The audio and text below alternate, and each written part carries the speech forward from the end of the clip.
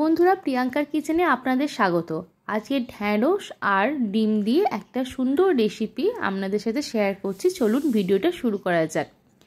প্রথমে ঢ্যাঁড়সগুলোকে আমি ধুয়ে নিয়েছি, তারপর পাতলা পাতলা করে কেটে নিয়েছি। এবার কড়াইয়ের মধ্যে তেল দিয়ে দিয়েছি। তেলটা গরম হয়ে গেছে। এবার একটা মিডিয়াম সাইজের পেঁয়াজ কুচি করে কেটে নিয়েছি।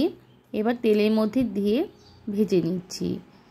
আর এর মধ্যে দিয়ে দিচ্ছি একটা গোটা কাঁচা লঙ্কা কুচি করে দিয়ে দিয়েছি। পেঁয়াজ আর লঙ্কাটাকে ভালো করে ভেজে নিচ্ছি। ঢ্যাঁড়সের এই রেসিপিটা যদি ভালো লেগে থাকে প্লিজ লাইক করবেন। নতুন নতুন ভিডিও পেতে চ্যানেলটিকে সাবস্ক্রাইব করে পাশে থাকবেন। এবার কেটে রাখা ঢ্যাঁড়সটা দিয়ে দিচ্ছি। ঢ্যাঁড়সটাকেও এবার ভালো করে আমি তেলের মধ্যে ভেজে নেব। এভাবে যদি ঢ্যাঁড়সটা রান্না করেন খেতে কিন্তু খুব সুন্দর লাগবে। আমি নিজে কিন্তু ঢ্যাঁড়স খেতে একদমই পছন্দ করি না, কিন্তু এই রেসিপিটা এতটাই সুন্দর হয়েছিল যে ঢ্যাঁড়স খেতে আমার এখন খুব ভালো লাগে।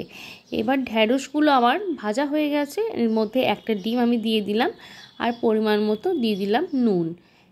এবার ডিমটাকে ভালো করে নাড়াচাড়া করে নিচ্ছি ঢ্যাঁড়সের সাথে, যাতে ডিমটা খুব ভালো করে ভাজা হয়ে যায়। বেশ খানিকক্ষণ মতো ডিমটা ভেজে নিয়েছি। ডিমটা বেশ ভাজা ভাজা হয়ে গেছে। এবার এর মধ্যে দিয়ে দিলাম ম্যাগি মশলা। যদি আপনাদের হাতের কাছে থাকে দেবেন, না থাকলেও কোনো অসুবিধা নেই। এবার ম্যাগি মশলা দিয়ে 2 থেকে 3 মিনিট মতো একটু নাড়াচাড়া করে নিচ্ছি। 2 থেকে 3 মিনিট মতো নাড়াচাড়া করে নিলেই তৈরি হয়ে যাবে ঢ্যাঁড়স আর ডিম দিয়ে একটা অনবদ্য রেসিপি। খুব সহজে কম সময়ের মধ্যে এই রেসিপিটা আপনারা তৈরি করতে পারবেন। এ থেকে নামিয়ে নিয়েছি, একেবারে তৈরি হয়ে গেছে। এবার রুটি, পরোটা, ভাত সবের সাথে কিন্তু এই রেসিপিটা জমে যাবে।